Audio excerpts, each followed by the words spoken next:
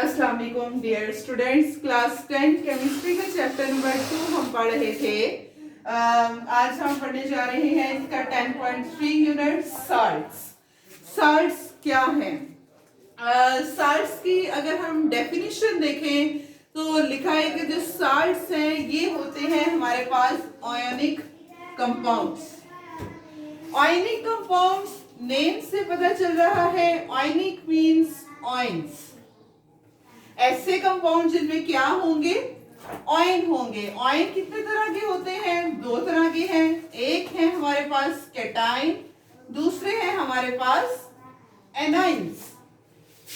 Cation जैसे Na positive है, anion जैसे Cl नेगेटिव है। तो ionic compounds are made up of ions. अब ये आयंस कैसे बनते हैं? सोडियम Na पॉजिटिव कैसे बना? जब Na ने अपना एक इलेक्ट्रॉन दिया। Cl नेगेटिव कैसे बना? जब Cl ने एक इलेक्ट्रॉन Na से लिया है। तो due to the complete transfer of electron from this ion to this ion to negative ion, तो हमारे पास आयनिक बॉन्ड बनती है।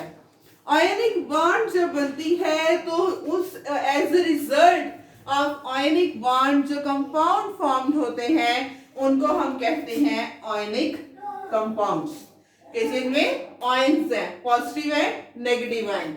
पॉजिटिव आयन को हम कैटाइन कहते हैं, नेगेटिव आयन को एनाइन कहते हैं। दैट आर फॉर्म्ड कैसे बनते हैं?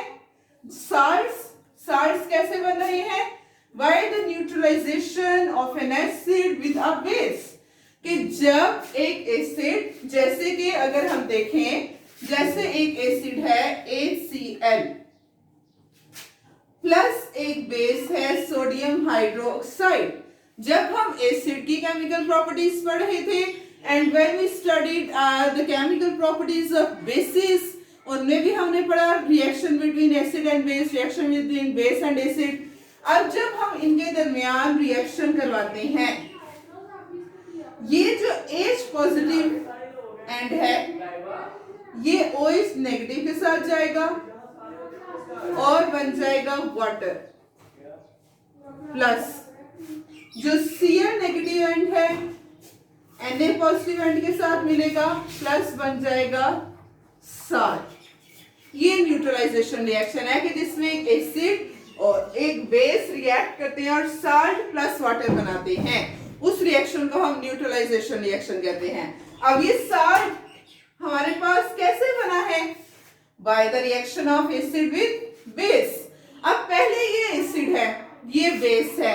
जब ये दोनों मिले तो ये इन्होंने वाटर बनाया। वी कांट डिसाइड कि वाटर इज इधर एन एसिड और इट इज अ बेस। फिर साल्ट बना। साल्ट है, ना ये एसिड है ना ये बेस है, ये न्यूट्रल साल्ट हमारे पास बना है कि जो जिसमें ना H है ना OH है, न्यूट्रल है। तो ये साल्ट्स हमारे पास, साल्ट्स की अगर हम डेफिनेशन लें तो हम कहते हैं कि साल्ट्स आयनिक कंपाउंड्स हैं। आयनिक मतलब आयन से मिलके बने हैं, positive ion, negative ion, cation, anion. और कैसे बने हैं salts? By the neutralization of an acid with a base. कि जब एक एसिड और एक बेस का न्यूट्रलाइजेशन रिएक्शन होता है तो तब हमारे पास बनता है साल्ट प्लस वाटर। अब अगर हम बात करें साल्ट की, अब देखें आप, ये है ना साल्ट हमारे पास। अब इसमें ये जो कैटाइन है पॉजिटिव जिसका चार्ज है, ये कैटाइन कहां से हमें मिला है? बेस से। कहां से मिला है? बेस से ना। तो इस वजह से हम कैटाइन को क्या कहते हैं? Basic radical. क्या कहते हैं? Basic radical. बेसिक रेडिकल क्यों कह रहे हैं? क्योंकि जो कैटाइन है वो किससे डिराइव हुआ है? एक बेस से डिराइव हुआ है। अब एनाइन देखें, अगर क्लोराइड नेगेटिव, क्लोराइड नेगेटिव हमें कहां से मिला है? एसिड से ना, एसिड से आया है। तो इस वजह से जो एनाइनिक रेडिकल है, जो आयन में पाया जा रहा है, साल्ट में पाया जा रहा है, जो एनाइनिक हिस्सा, उसको हम कहेंगे acidic radical. Acidic radical, why it is called as acidic radical? Because it is derived this anionic radical is derived from N acid, तो इस वजह से हम उसे एसिडिक रेडिकल कह रहे हैं। अब ये तो था भी हमारे पास साल्ट की डेफिनेशन। बहुत सारे साल्ट्स हैं, साल्ट्स आयनिक कंपाउंड हैं। जो भी आयनिक कंपाउंड होगा, इधर वो हमारे पास NaCl है या हमारे पास पोटेशियम क्लोराइड है, पोटेशियम पॉजिटिव क्लोराइड नेगेटिव, वो तो चले पॉजिटिव नेगेटिव करते हैं तो ये न्यूट्रल कंपाउंड बन जाता है KCl, या हमारे पास सोडियम सल्फेट है Na2SO4। हमारे पास जिसमें भी पॉजिटिव और नेगेटिव रेडिकल्स होंगे, पॉजिटिव और नेगेटिव आयंस होंगे, वो आयनिक कंपाउंड्स होंगे। हमारे पास सोडियम सल्फेट है, कैल्शियम सल्फेट है, कैल्शियम फॉस्फेट है, कैल्शियम सुपर फॉस्फेट है, ये जितने भी कैल्शियम नाइट्रेट है, तो ये सारे के सारे साल्ट्स होते हैं। अब अगर हम साल्ट्स की कैरेक्टरिस्टिक्स देखें कि साल्ट्स क्या कैरेक्टरिस्टिक्स शो करते हैं। अब देखें, साल्ट में हमारे पास क्या होता है, एक पॉजिटिव और एक नेगेटिव एंड है। ये पॉजिटिव, फिर साथ नेगेटिव, फिर पॉजिटिव, फिर नेगेटिव, नीचे नेगेटिव, पॉजिटिव, नेगेटिव, पॉजिटिव। इस तरह से हमारे पास आयंस एक रेगुलरली शेप में अरेंज हैं। ये नहीं हम कह सकते कि पॉजिटिव फिर पॉजिटिव, नेगेटिव फिर नेगेटिव, फिर नेगेटिव फिर पॉजिटिव, इस तरह से नहीं। हमेशा, क्योंकि हमेशा आयंस में हमारे पास ऑपोजिट आयंस हैं और ऑपोजिट चार्जेस ही एक दूसरे को अट्रैक्ट करते हैं, और as a result of attraction हमारे पास जो कंपाउंड बनते हैं, जो साल्ट्स बनते हैं, उनकी रेगुलर शेप होती है। तो पहली कैरेक्टरिस्टिक क्या है कि साल्ट्स आयनिक कंपाउंड्स हैं जो कि किस शेप में होते हैं, क्रिस्टलाइन शेप। क्रिस्टलाइन शेप क्या होती है बेसिकली, हमारे पास आपने यह स्टडीड इन क्लास 9 के, हमारे पास दो तरह के सॉलिड हैं, एक एमॉर्फस और एक क्रिस्टलाइन। एमॉर्फस सॉलिड वो वाले सॉलिड होते हैं जो इरेगुलर शेप्ड होते हैं, जिनकी कोई रेगुलर शेप नहीं होती।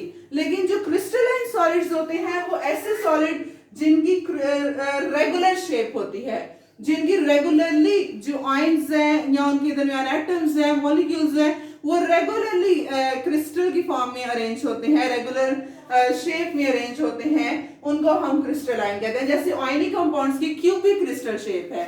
अब क्रिस्टल्स भी डिफरेंट शेप के होते हैं ना, कुछ क्यूबिक है, कुछ हेक्सागोनल है, पेंटागोनल है, इस तरह से डिफरेंट डिफरेंट अरेंजमेंट्स होती हैं। तो जो आयनिक कंपाउंड्स होते हैं इनकी क्रिस्टलाइन शेप होती है, क्यूबिक क्रिस्टल, क्यूब की तरह, जैसे ये क्यूब मैंने बनाया है। तो इसमें हमारे पास जो कॉर्नर्स हैं, कॉर्नर्स पे क्लोराइड्स अरेंज होते हैं।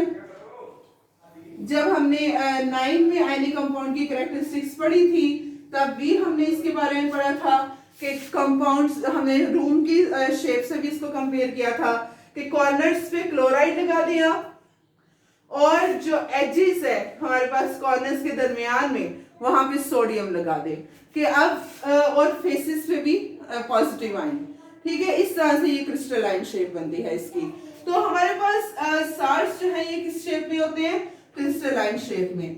दूसरा, अब देखें जैसे कि हमें पता है कि जो साल्ट्स हैं इनमें हमारे पास आयंस प्रेजेंट हैं, और जो आयंस हैं ऑपोजिट चार्ज है, और ऑपोजिट चार्जेस एक दूसरे को स्ट्रांगली अट्रैक्ट करते हैं। जब स्ट्रांगली एक दूसरे को अट्रैक्ट करते हैं तो एज ए रिजल्ट उनमें एक स्ट्रॉन्ग फोर्स ऑफ अट्रैक्शन पाई जाती है, इलेक्ट्रोस्टैटिक फोर्स ऑफ अट्रैक्शन, जिसकी वजह से उनको तोड़ना, उनको मेल्ट करना, उनको बॉयल करना मुश्किल होता है। एक सॉलिड है, नमक है, तो उसको मेल्ट करना, सोडियम क्लोराइड को मेल्ट करने के लिए हमें ज्यादा टेम्परेचर चाहिए, उसका मेल्टिंग पॉइंट ज्यादा होता है। फिर जब वो मेल्ट हो जाए उसको बॉयल करना है और ज्यादा टेम्परेचर चाहिए, बॉइलिंग पॉइंट भी ज्यादा है उसका। तो हाई मेल्टिंग और बॉइलिंग पॉइंट होता है साल्ट का। क्यों हाई मेल्टिंग पॉइंट और बॉइलिंग पॉइंट है? इस वजह से क्योंकि जो साल्ट्स हैं वो ऑपोजिटली चार्ज आयन से मिलकर बने हैं, आयनिक कंपाउंड्स हैं, तो ऑपोजिट चार्जेस जो हैं उनके दरमियान में strong electrostatic force of attraction होती है इस वजह से। दूसरा, साल्ट्स जो हैं इनमें हमारे पास वाटर ऑफ क्रिस्टलाइजेशन भी पाया जाता है। Water of crystallization, water of crystallization क्या होता है? क्रिस्टलाइजेशन हमने कहा रेगुलर शेप, ठीक, shape, regular shape. Water of crystallization, ऐसा वाटर, हर साल्ट में कुछ ना कुछ वाटर के कंफाइंड मॉलिक्यूल्स होते हैं। जैसे कॉपर सल्फेट है तो कॉपर सल्फेट में जो है वो 5 वाटर के मॉलिक्यूल्स हैं, 5 वाटर कॉपर सल्फेट में। कैल्शियम सल्फेट है तो उसमें 2 वाटर मॉलिक्यूल्स होते हैं। तो हर साल्ट में कुछ ना कुछ जो है वो वाटर के मॉलिक्यूल्स होते हैं जो कि उस साल्ट की शेप के लिए रिस्पॉन्सिबल होते हैं, जो कि उस साल्ट को शेप प्रोवाइड करते हैं, शेप देते हैं। तो उन वाटर मॉलिक्यूल्स को हम वाटर ऑफ क्रिस्टलाइजेशन कहते हैं। कि कुछ साल्ट्स हैं, हर साल्ट के कुछ ना कुछ वाटर मॉलिक्यूल्स उसमें प्रेजेंट होते हैं जो उसे शेप प्रोवाइड करते हैं। उन वाटर मॉलिक्यूल्स को हम कहते हैं वाटर ऑफ क्रिस्टलाइजेशन। तो जो आयनिक कंपाउंड्स हैं, जो साल्ट्स हैं, उनमें वाटर ऑफ क्रिस्टलाइजेशन होते हैं। जैसे कॉपर सल्फेट में वाटर ऑफ क्रिस्टलाइजेशन कितने हैं? 5। उसके बाद अगली हम प्रॉपर्टी देखें, जो फोर्थ वाली प्रॉपर्टी है, अगर हम उसको समझें, फोर्थ प्रॉपर्टी क्या है कि आयनिक कंपाउंड जो है उनमें नंबर ऑफ आयंस डिफरेंट होंगे, नंबर ऑफ आयंस डिफरेंट हो सकते हैं, सेम भी हो सकते हैं, डिफरेंट भी हो सकते हैं, लेकिन जो नंबर ऑफ चार्जेस है वो सेम होते हैं। Number of ion different, number of charges same. इस तरह से इसको हम समझते हैं, इस कैरेक्टरिस्टिक को इस तरह से कि अगर आप देखें सोडियम क्लोराइड सिंपल तो देखते हैं, नंबर ऑफ आयंस देखें, इसमें पॉजिटिव आयन कितने हैं? 1, नेगेटिव आयन कितने हैं? 1। सेम आयन है ना, नंबर ऑफ आयन सेम है, पॉजिटिव भी 1 और नेगेटिव भी 1। अब नंबर ऑफ चार्जेस देखें, पॉजिटिव चार्जेस कितने हैं? 1, नेगेटिव 1। इस केस में नंबर ऑफ आयंस भी सेम और नंबर ऑफ चार्जेस भी सेम। लेकिन अब if we check out another case, अगर हम सोडियम सल्फेट देखें, Na2SO4 सोडियम सल्फेट। अब इसमें हमारे पास एक तो सोडियम है जिसके ऊपर पॉजिटिव चार्ज होगा, दूसरा हमारे पास आयन है सल्फेट जिसके ऊपर नेगेटिव चार्ज है। अब यहां पर आप नंबर ऑफ आयंस काउंट करें, सोडियम हमारे पास कितने हैं? 2 सोडियम है ना, लेकिन सल्फेट कितने हैं? 1। तो इस केस में क्या हुआ है ये साल्ट, लेकिन इसमें नंबर ऑफ आयंस डिफरेंट है। जो पॉजिटिव आयन है इसमें वो 2 है, 2 Na है, और जो नेगेटिव आयन है वो 1 है। लेकिन अब चार्ज की हम बात करें तो सल्फेट के ऊपर चार्ज होता है -2। अब एक सोडियम के ऊपर +1 है, तो 2 सोडियम के ऊपर कितना हो गया? +2। तो अब पॉजिटिव आयन चाहे 2 है, 3 है, 1 है, लेकिन पॉजिटिव आयन के ऊपर कितने चार्ज? +2। नेगेटिव आयन के ऊपर कितने चार्ज? -2। तो इस केस में हमने क्या देखा कि जो आयनिक कंपाउंड्स हैं उनमें नंबर ऑफ आयंस डिफर कर सकते हैं, कि सम टाइम पॉजिटिव आयन हो सकते हैं 2 हो, नेगेटिव 1 हो, सम टाइम पॉजिटिव 1 हो, नेगेटिव 2 हो, लेकिन जो नंबर ऑफ चार्जेस हैं वो सेम रहते हैं। नंबर ऑफ चार्जेस वैसे ही रहेंगे जैसे कैल्शियम सल्फेट है, कैल्शियम के ऊपर +2 चार्ज है, सल्फेट के ऊपर -2 है, +2 -2, नंबर ऑफ चार्जेस सेम, कि जितने नेगेटिव उतने ही पॉजिटिव। और आयन देखें, एक कैल्शियम और एक सल्फेट, तो नंबर ऑफ आयंस भी क्या है इसमें? सेम है। तो ये हमारे पास आयनिक कंपाउंड की कैरेक्टरिस्टिक है। चौथी वाली कि इससे नंबर ऑफ आयंस डिफर कर सकते हैं, लेकिन नंबर ऑफ चार्जेस डिफर नहीं करते। अगर नंबर ऑफ चार्जेस डिफर करेंगे तो वो हमारे पास आयन जो है वो आयन नहीं, आयनिक कंपाउंड नहीं रहेगा, क्योंकि आयनिक कंपाउंड्स न्यूट्रल होते हैं। उनमें आयंस जब मिलते हैं अपोजिटली चार्ज आयंस, तो वो न्यूट्रलाइज कर देते हैं एक दूसरे को। तो इस वजह से ये थी साल्ट और उसकी कैरेक्टरिस्टिक। कल हम पढ़ेंगे प्रेपरेशन ऑफ साल्ट्स, के हम साल्ट्स को किन मेथड से प्रिपेयर करते हैं। अस्सलाम वालेकुम।